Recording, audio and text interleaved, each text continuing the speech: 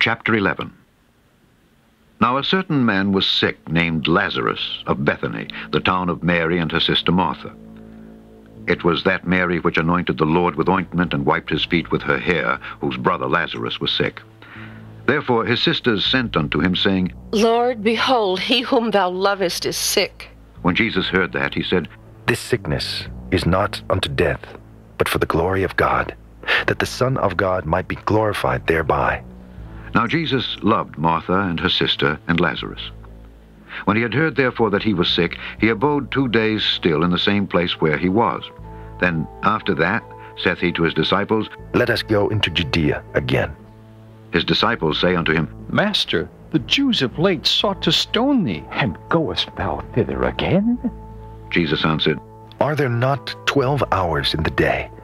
If any man walk in the day, he stumbleth not, because he seeth the light of this world.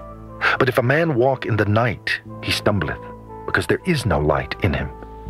These things said he, and after that he saith unto them, Our friend Lazarus sleepeth, but I go, that I may awake him out of sleep.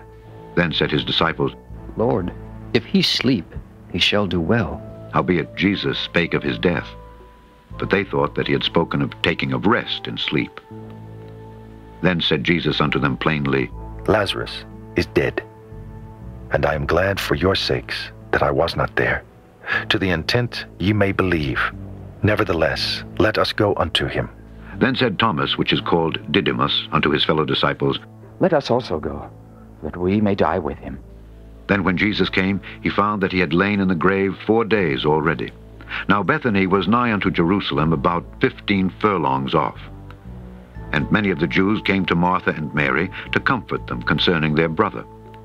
Then Martha, as soon as she heard that Jesus was coming, went and met him. But Mary sat still in the house. Then said Martha unto Jesus, Lord, if thou hadst been here, my brother had not died. But I know that even now whatsoever thou wilt ask of God, God will give it thee.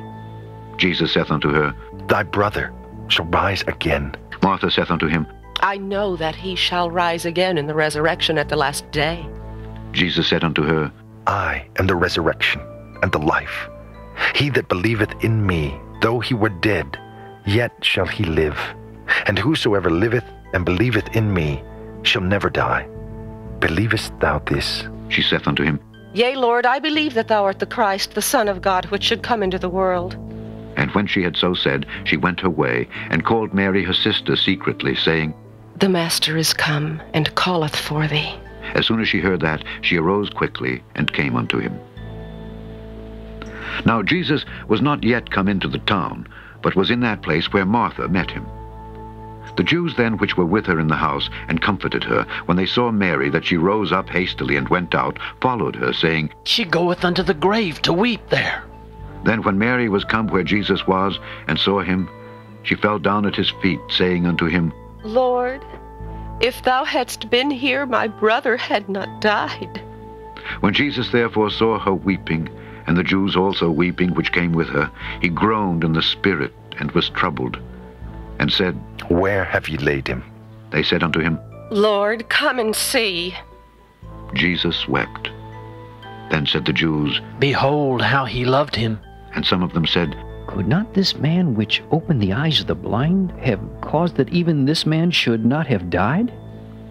Jesus therefore, again groaning in himself, cometh to the grave. It was a cave, and a stone lay upon it. Jesus said, Take ye away the stone. Martha, the sister of him that was dead, saith unto him, Lord, by this time he stinketh, for he hath been dead 4 days. Jesus saith unto her, Said I not unto thee, that if thou wouldst believe, thou shouldest see the glory of God? Then they took away the stone from the place where the dead was laid, and Jesus lifted up his eyes and said, Father, I thank thee that thou hast heard me. And I knew that thou hearest me always, but because of the people which stand by, I said it, that they may believe that thou hast sent me. And when he thus had spoken, he cried with a loud voice, Lazarus, come forth. And he that was dead came forth, bound hand and foot with grave clothes, and his face was bound about with a napkin. Jesus saith unto them, Loose him, and let him go. Then many of the Jews which came to Mary and had seen the things which Jesus did believed on him. But some of them went their ways to the Pharisees and told them what things Jesus had done. Then gathered the chief priests and the Pharisees a council and said, What do we? For this man doeth many miracles. If we let him thus alone, all men will believe on him. And the Romans shall come and take away both our place and nation. And one of them, named Caiaphas, being the high priest that same year, said unto them, Ye know nothing at all, nor consider that it is expedient for us that one man should die for the people, and that the whole nation perish not.